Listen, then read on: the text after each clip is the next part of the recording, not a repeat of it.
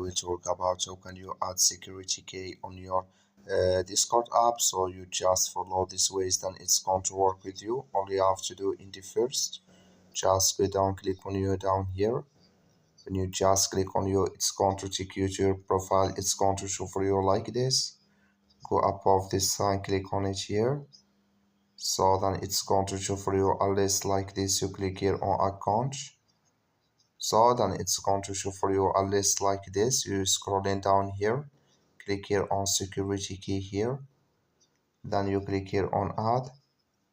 So when you click here on add here, then here can you add your registry a key security in this list.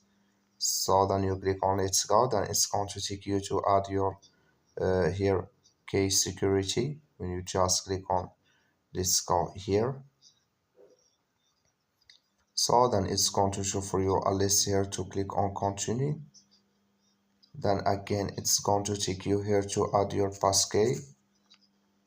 So then here can you add your key name on your name, your security key. You click on finish, then it's going to add with you. That's all. Thank you for watching. Don't forget to support us by liking, subscribe.